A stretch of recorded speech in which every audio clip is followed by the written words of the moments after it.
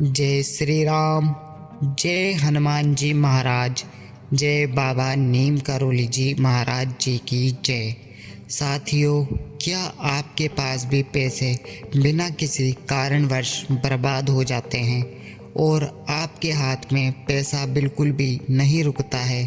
तो साथियों, पैसे को किस प्रकार से बचाना है और पैसे को सही जगह इस्तेमाल कैसे करें, सही जगह क्या होती है और गलत जगह कौन सी है, तो साथियों इन चीज़ों के बारे में जानेंगे और अपने पैसे को बचाने के लिए हमें क्या करना चाहिए ये मैं आपको बताऊंगा। तो वीडियो के अंत तक ज़रूर बने रहिएगा और साथ ही साथ बाबा का कमेंट में ज़रूर नाम लिखिएगा, जयकारा लगाइएगा साथियों, क्योंकि आपको इस वीडियो से कुछ भी आपके अंदर चेंजेस आए तो। जय श्री राम, जय हनुमान जी महाराज, जय बाबा नीम करोली जी कमेंट में ज़रूर लिख जाइएगा साथियों। तो साथियों शुरू करते हैं वीडियो। साथियों, सबसे पहले कई लोग पैसा तो काफ़ी अच्छा कमाते हैं, लेकिन उनके पास जो पैसा वह कमाते हैं वह बिल्कुल भी रुक नहीं पाता है और इसके कारण वह काफ़ी परेशान रहते हैं और वह चाहते हैं कि पैसे को किस प्रकार से बचाया जाए। तो साथियों इसके लिए मैं आपको बिल्कुल अच्छे से बताऊंगा साथियों, तो पूरा वीडियो को अच्छे से सुनिएगा। आपके ज़रूर से पैसे बचेंगे अगर आप इन चीज़ों पे ध्यान देंगे। तो साथियों सबसे पहली बात, अगर आपकी इनकम से ज़्यादा आपके ऊपर लोन है तो पैसा बचाना बहुत मुश्किल है जब तक आप वह लोन चुका नहीं देते। तो साथियों अगर ऐसा है तो सबसे पहले फिर वह लोन ही आप चुकाइए, क्योंकि आपके पास पैसा आपकी इनकम से कम आ रहा है तो सबसे पहली प्रॉब्लम तो आपकी ये है। और अगर ये प्रॉब्लम नहीं है उसके बाद आपका पैसा फिजूल खर्ची में खर्च हो रहा है या बिना मतलब के काम में ही वह खर्च हो रहा है, तो इसको रोकने के लिए यह वीडियो आपके लिए ज़रूर सफल रहेगी।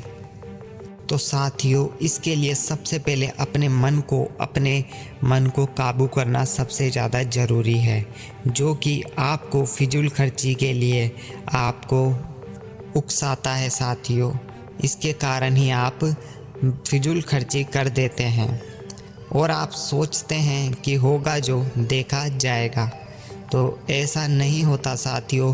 तो इसके लिए आपको बिल्कुल ध्यान करना है और ध्यान में आपको प्रभु का, किसी का भी आप जिनको मानते हो प्रभु का आप ध्यान कीजिए और बिल्कुल मन को अपने को कंट्रोल कीजिए, उनका नाम लीजिए साथियों। इससे आपका मन बिल्कुल कंट्रोल होगा और आपका जब ध्यान से बहुत चीज़ें हमको मिलती है ध्यान करने से, तो इससे मन आपका जब कंट्रोल होगा तो आपके अंदर जो है एक वह शक्ति आएगी जो आपको अकेले खुश रहना, अकेले रहना सिखाएगी, जिससे आप बिल्कुल भी फिजूल खर्ची से बचेंगे। अब फिजूल खर्ची क्या होती है साथियों?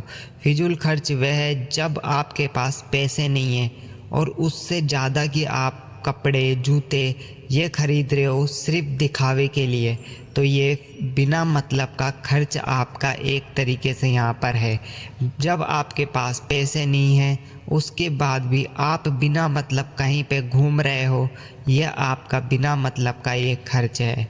इसके लिए आपको सबसे ज़रूरी है जो है ध्यान और अपने आप को जिस हालत में हो उस हालत में खुश रखना, तभी आप यहाँ पर अपना जो बिना मतलब का खर्च है वह बचा सकते हैं।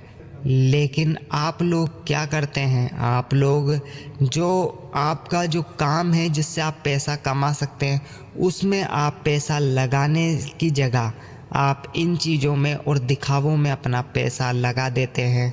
तो ये इसकी जगह आपको अपना पैसा उन चीज़ों में लगाना चाहिए, क्योंकि पैसे को बनाने के लिए इन्वेस्ट ज़रूरी है, लेकिन बिना मतलब के पैसा खर्च करना बहुत गलत है। सोच समझ के पैसा खर्च करना चाहिए। और जब आप ध्यान करेंगे, अकेले रहना, खुश रहना सीखेंगे और प्रभु के ध्यान में जब आप लीन होते हैं तो आपको ये शक्ति मिलती है अपने मन को कंट्रोल करने की, जिससे आप बिना मतलब के दिखावे नहीं करेंगे।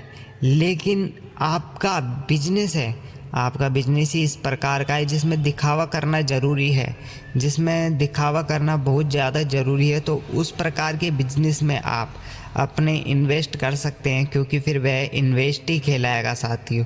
क्योंकि कई बिजनेस ऐसे होते हैं जिसमें दिखावा करना ज़रूरी है, जैसे इवेंट का बिजनेस। तो इसमें जब तक आप चीज़ अच्छे दिखाएंगे, अपने आप को दिखाएंगे, तभी जाके आप वहाँ से कमाएंगे। तो ये चीज़ें, इन ऐसी चीज़ों के लिए आपको फिर इन्वेस्ट ज़रूर करना चाहिए। ऐसे में थोड़ा पैसा लगेगा, तब वह फिजूल खर्ची आपकी नहीं कहलाएगी। तो साथियों, अब आपने अपने मन को कंट्रोल कर लिया है, ध्यान आप कर रहे हैं, तो अब आप यहाँ पर एक पन्ने में यानी कि आप ये चीज़ लिख लीजिए साथियों, लिख लीजिए। आप एक तरीके से अपने आप को ऑर्डर दे रहे हैं। ऑर्डर क्या दे रहे हैं? जैसे आप 100 रुपये कमाते हो, तो 100 रुपये में से लास्ट आपको खर्च करने हैं 50 रुपीज़, 50 रुपये ही खर्च करने हैं। कोशिश करनी है कि 50 तो आप बचाए।